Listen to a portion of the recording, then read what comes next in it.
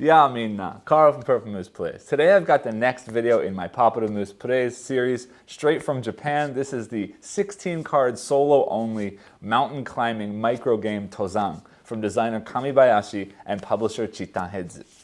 As somebody who's a big fan of companies like Button Shy Games and has a lot of videos on my channel covering these small card-based solo games, I was very excited to find a company in Japan that was doing something similar. So I grabbed a copy of this game so that I could show it all off to you. Let's head down to the table to see exactly how this game plays, and then I'll meet you back up here to let you know what I think. To set up a game of TOZAN, begin by placing out this sort of arrival card here, overlaying the mountain cards so that this arrow here connects to the bottom level of the mountain, like this. And then placing your climber such that they are starting down here at the first step of the mountain. Next, you're going to place out the energy point and recover point card over here, or tracker card over here, using this blue sort of statistics kind of card to set your initial energy to 4, which says good, and using this orange card here to set your recover points at 0 to start. Next, for this playthrough, I will be playing with the optional scoring mode. So I'm going to place down here at the bottom of the screen the score tracker, setting the day counter over here to day 1, like this. Next, we're going to take the 5 weather cards, removing this Nadare card or avalanche from the deck. That will come into play later. I'll just stick that off in the corner over here. And then we'll take the other 4 weather or sort of mountain event cards. This is Iwa, which is a rockfall, Hare, which means sunny, Ame, which means rain, and Kaze, which means wind, or in this case it says high wind. And I give those a shuffle.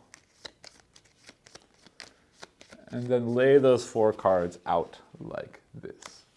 And I'll sort of reorganize things on screen as needed to make things fit. As the climber goes up, I'll have less room here, but more room lower, so I'll move things down at the bottom. So with that, we are all set up for the game, aside from our 3 sort of decision-making cards. I'm going to set those right here, and I'll explain what those are right now as we get into gameplay. So the goal of this game is to climb the mountain, but more importantly, to make it back safely to this sort of arrival spot where we start right now. And it doesn't really matter how high we climb the mountain in order to be successful. A successful climb simply means that we get back down the mountain from wherever we decide to turn around and head back from. Now, because I am playing with points, however, the higher we can get on the mountain, the more points we ultimately will end up scoring at the end of the game. And I'll explain how scoring works in just a minute. Let me first explain how the game works. On each round, we're going to lay out 4 cards like this. And I'm going to be using my 3 cards. 3 cards that say Hare or sunny on one side, and then Ame, Iwa, and Kaze means rain, rockfall, and wind on the other side. And I'm going to make a prediction on the first 3 cards here. And based on my prediction, things will happen to me on the mountain. And the way that's going to work is exactly as it's shown on this card right here. So if the Ame card is shown or is revealed, if I played Ame, I will recover 1 energy point. But if I played anything else, I will simply take 1 damage or lose 1 energy point. If Iwa is revealed, everything aside from the matching card will cause me to lose 2 energy. But in the case of Hare or sunny, if I played that, I would, in addition to losing 2 energy, move 1 space up or down the mountain, depending on which direction I'm moving. Kaze, everything does nothing except for if we match, I get to climb 1 space. Same thing with Hare, everything does nothing, but if they match, I get to climb 2 spaces. And Nadare, you'll see the avalanche card is special, will only come out at a certain point on the mountain, but everything that plays against that will be a -2. Because the only way I can predict this is by playing a card face down. So I'll explain that again when we bring the Nadare back into the game. But basically the only way I'm going to be climbing is if I play Hare on rocks or rain, both of which will damage me but will also allow me to climb. Or if I play Kaze on Kaze, wind on wind, or sunny on sunny. In addition, Every time I make a prediction that is incorrect, regardless of whether I'm taking damage or not, any incorrect prediction will give me 1 recover point.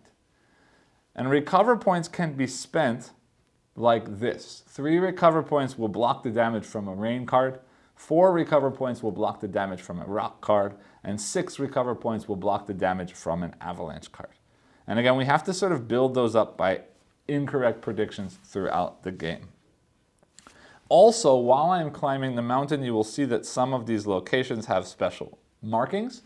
Most of them are solid white dots, but you can see here that this one has a star on it. Anywhere I get to a star spot, I will gain 1 energy point back.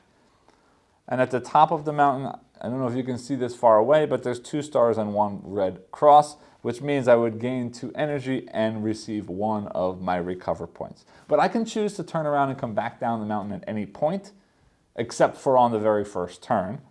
But once I've made that decision to come back, I cannot turn around and go back up again.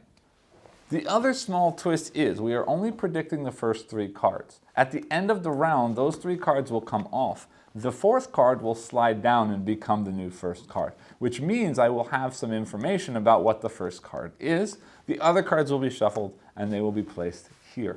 Now things will change a little bit when this avalanche card is added, but I will explain that when that gets added to the deck instead of trying to explain it to you now. In addition, I mentioned that for this gameplay, I will be playing for points to see how well I can score. And the way that works is this. We're going to be adding up a total of 4 different kinds of points, A, B, C, and D. A, we will see, comes from the mountain. And you can see that there are points 1, 2, 3, 3, 5 on the way up, and 1, 3, 2, 5 on the way down, and we will score any of those that we pass along the way, adding them all up at the end of the game. B comes from the climbing days. And depending on how many days it takes me to climb, I will score a number of points as printed on that sort of chart. C is energy points. I will score 3 points per energy that I have left at the end of the game. D is recovery points. I will score 1 point for every recover point I have left at the end of the game. And then finally, you can see here, if I fail to make it back to start, I will lose 30 points for failure. So let me just slide this over to make a little bit more space on screen. And we are good to start. So we're already set up like this. Rain and rock falls are bad news, so I'm going to try and guess both of those, and I will use sunny because sunny gets me the biggest climb if possible. So let's do this, this, and this, and we'll flip and see what happens. First, we've got, oh, look at that, a match. A match here means nothing happens. We're good, no damage or no loss of stamina. I've got sunny up against wind. Sunny on wind does nothing. Wind only triggers if you play wind on it, so nothing happens, but they don't match, so I get 1 recover point. Next I got rain.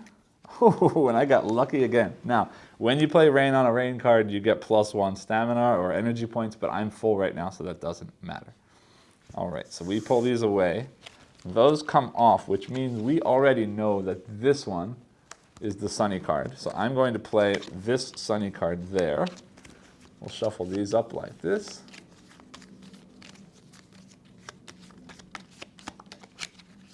Place those down. 1, 2, 3, like that. And again, right now rocks and rain are a little bit scary. I could try and play a sun on rain because that would hurt me 1 but allow me to climb. And climbing's not a bad deal, especially when I'm full health. Yeah, let's do that. We'll put that there and that there. This could be bad news though, because if this is stone and this is rain, I'm going to take lots of damage. But let's see what happens. All right, so we've got sunny on sunny, which lets me climb twice. So I go up 2 to there. Hold on. This is day 2. I'm sorry if I forget to advance this, but I will do my best. Then, all right, good. I played out nicely. Sun on rain means I take 1 negative energy, but I get to climb once. And because I did that, arriving at this location lets me recover 1 energy. So that was nice. Good. Also, these two cards don't match. So I get one more point like that. Next we flip, oh, okay, wind, no match, so I get a recover point. And that's great because now I know on the next round this is rocks. Which is good. And I'm full health again, so there's no real reason for me to worry about rain. So I'm gonna play 1, 2, 3 like that, and I'm just gonna play sunny on both of them. And we'll flip this one over, is rock, we knew that. Next one is sun, so +2, we go up 1, we go up 2. This location is the location where we add in the avalanche. So this will get shuffled in for our next climb. Sorry, this is also day 3. Next, sun and wind does not match. I get a point. Those come out, this slides down like this, but now the avalanche gets mixed in here. And I know for sure that that one's rain. But now we have to be careful because one of these cards is possibly Nadare, and one of them is set here. So in order to predict Nadare, I have to play something face down. I'm a little bit scared, so I'm gonna guess that this one is rocks, this one is avalanche, and we'll see what happens. All right, so then we flip this one, is rain. So we recover 1, but we're already full. Darn it, that is not Nadare. But that means I do get 1 recover point. And this, oof, we got lucky. That is rock. All right, so that means that this is either wind or avalanche. And this is whatever the other one is.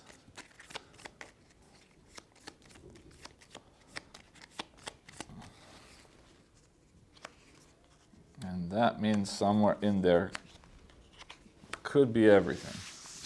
So I'm gonna take a risk that that is the avalanche. Oops. And we'll move up to day 4. I think it may be 5. I'll check this in editing and fix it. Then I don't want to get hit. So I will do rock and rain like that. All right, All right, so that's wind, which means I do get 1 point like that. We got lucky with rocks. And that hurts. All right, so we're gonna take 2 damage or use all 6 points. Yes, I'm gonna use all 6 recover points. No, I'm not. Because I still have plenty of energy, and we're gonna recover soon as we go up. Whoops, that should be there. All right, so I take 2 damage like that. Next day. Now, because the avalanche came out, that's removed again until we come back down the mountain past it again. This is either rain or wind. These get mixed up. I'm going to assume that it's rain. And I'll just leave stone there anyway, and we'll guess that that's sun. Let's see what we've got. This flips over. It is rain, so we recover 1. Oof, I got lucky again. That's less lucky. So we get 1 more of these, but we're not going anywhere. But that does mean that we know that this is sun. So I will absolutely put sun there. We're getting real lucky in this playthrough. Next day. day 6 or maybe 7 if I messed up. That one, I'm going to do them in a different order just to make it sure I'm mixing well. And I will put that there, and this flips like that. Sunny, up 2. 1 recover and up again to there. Then I flip here. All right, so here's my rain. I'm going to take the damage, because I'll recover at the top anyway. This is, okay, snow, so that goes up again. Means this is definitely stone.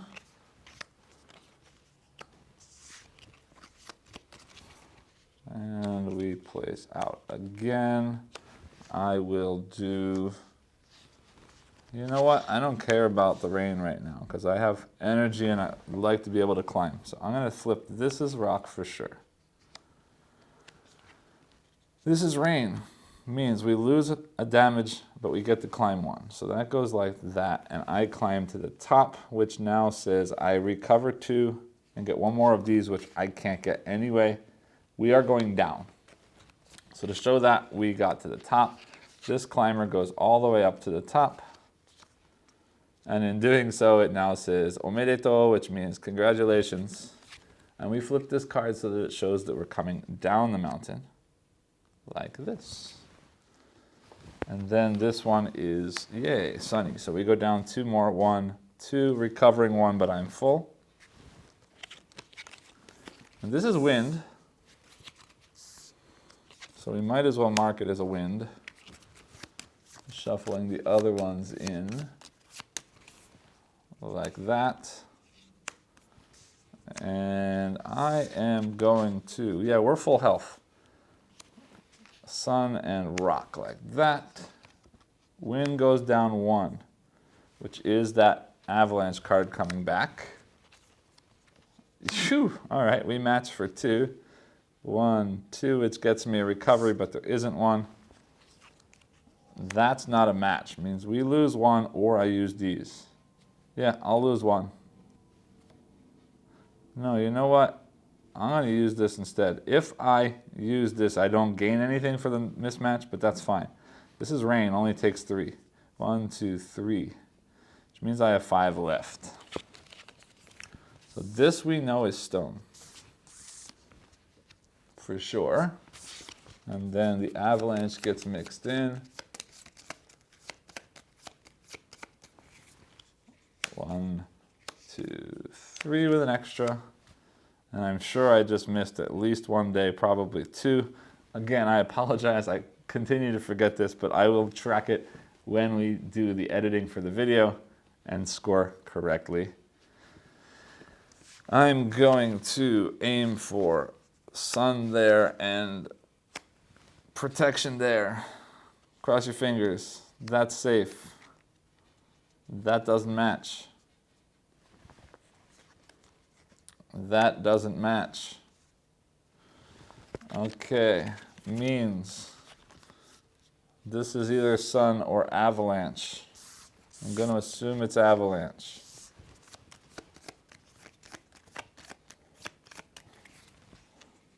Fill in there, like that.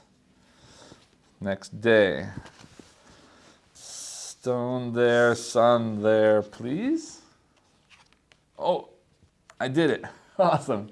All right, that's blocked off. That's not.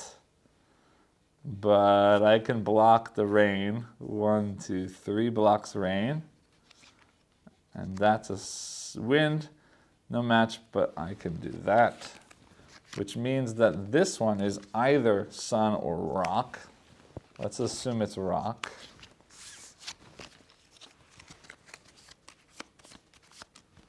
Next day, 10.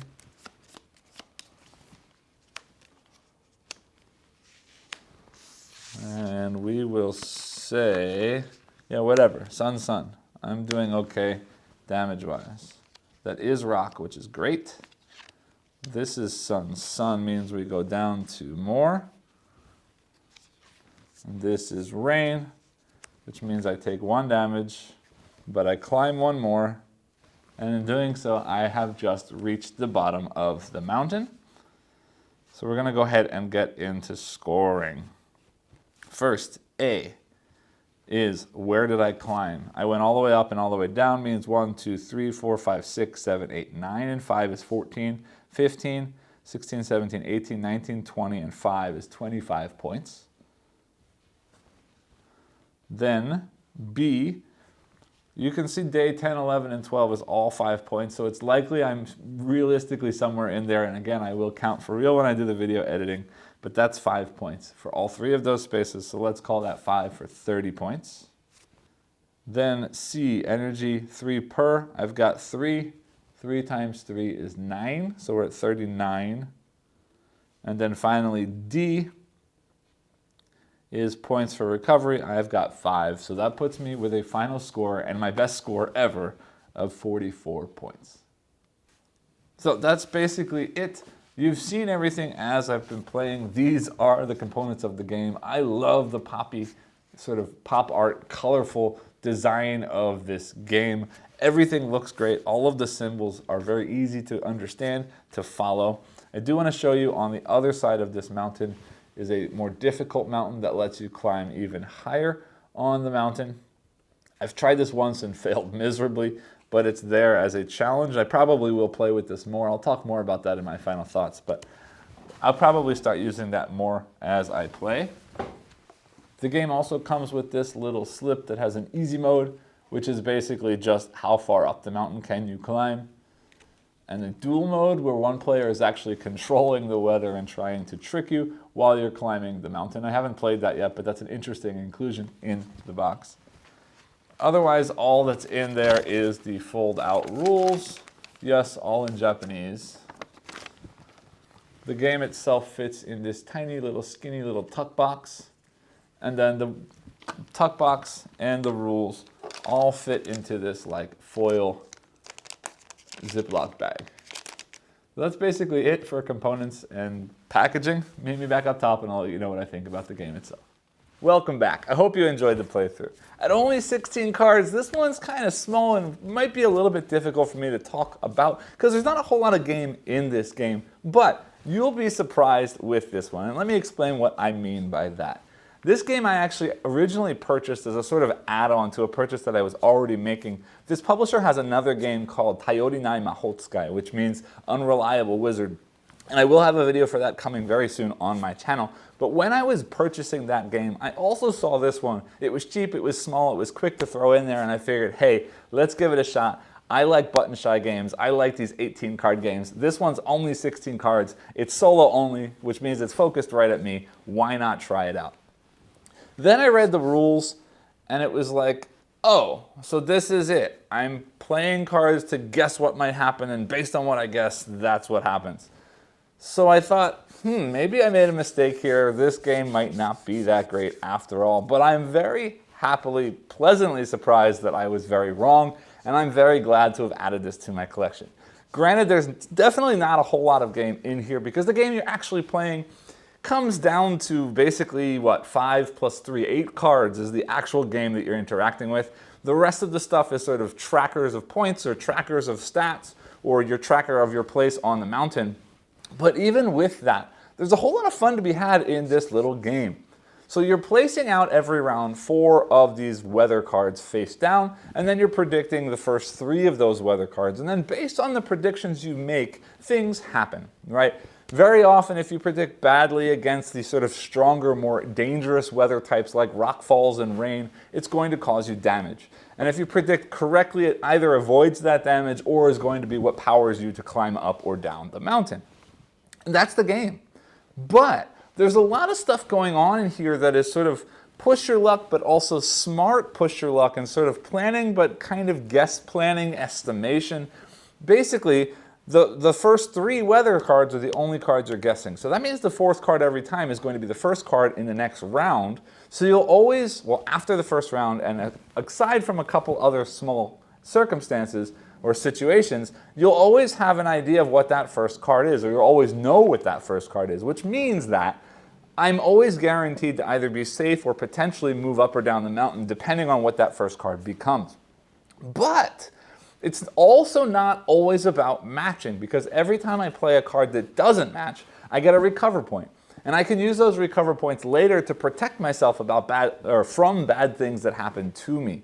So sometimes, if I'm not low in stamina and I know I'm strong and I know there are certain places on the mountain that I can sort of recover my stamina and do better and grow stronger as I get to certain sort of checkpoints along the mountain, I might intentionally choose poorly to take the hit and to get one of those recover points so that later on when a bigger hit comes, I can prevent that damage or that lack of stamina from that bigger hit. And that's a really cool sort of decision space.